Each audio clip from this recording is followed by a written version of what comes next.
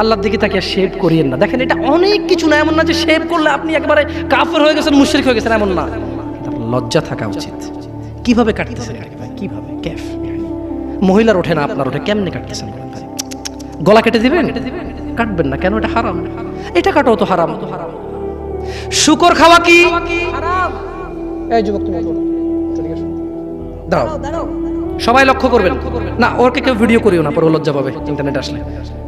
তোমাকে এখন শুকরের মাংস দেবো, খাবা? কেন খাবা না? জোরে বলো। আপনি শুকরের মাংস খাবেন? আপনি কুকুরের মাংস খাবেন?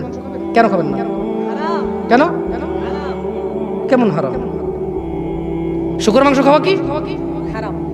এই এখানে তাহলে আমি বলছি না, কেউ কি রাজি হবে তার বোনের সাথে জানা করতে? কেন? কেন? কেন? কেন? তো নামাজ না পড়া কি? শুকরের মাংস খাচ্ছ না হারাম দেখে নামাজ ছেড়ে দিচ্ছ, অথচ এটা তো হারাম।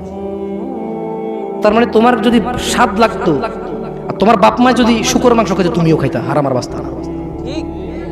তোমার বাপ নামাজ পড়ে না যুবক, তাই তুমি নামাজ পড়ো না। তোমার বাপে ভাত খায় তাই তুমি ভাত খাও, পাকিস্তানের রুটি খায় তাই ওরা রুটি খায়, চাইনিজরা এইভাবে লাঠি দিয়ে খায়, ওরা লাঠি দিয়ে খায়। শোনো, তুমি বলতে চাচ্ছ তুমি শুকর খাও না কারণ এটা হারাম, তুমি মিথ্যু, তুমি একটা চরম মিথ্যাবাদী, ধোঁকাবাজ। তুমি বলছো তুমি শুকর খাও না, এটা হারাম না? তাহলে তুমি নামাজ না পড়াও তো হারাম, তা তুমি কেন কেমনে ছেড়ে দিচ্ছ?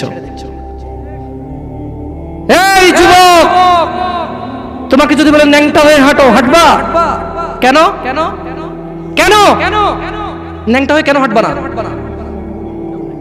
কি নোংরা কাজ? তো নামাজ পড়ো না, তোমার শরম লাগে না?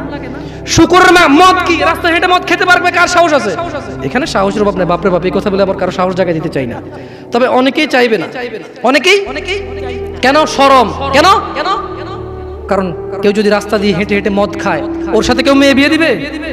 কেউ? আপনি রাজি হবেন রাস্তায় ভাবে মদের বটল নিয়ে হাতে হাতে মদ খায়, এর কাছে মেয়ে বিয়ে দিবেন? কেন?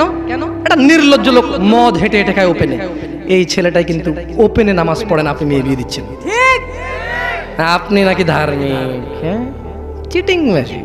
আমি আপনাকে বদনাম করতে আসিনি, কিন্তু আপনি মিথ্যুক, এটা বুঝে নেন।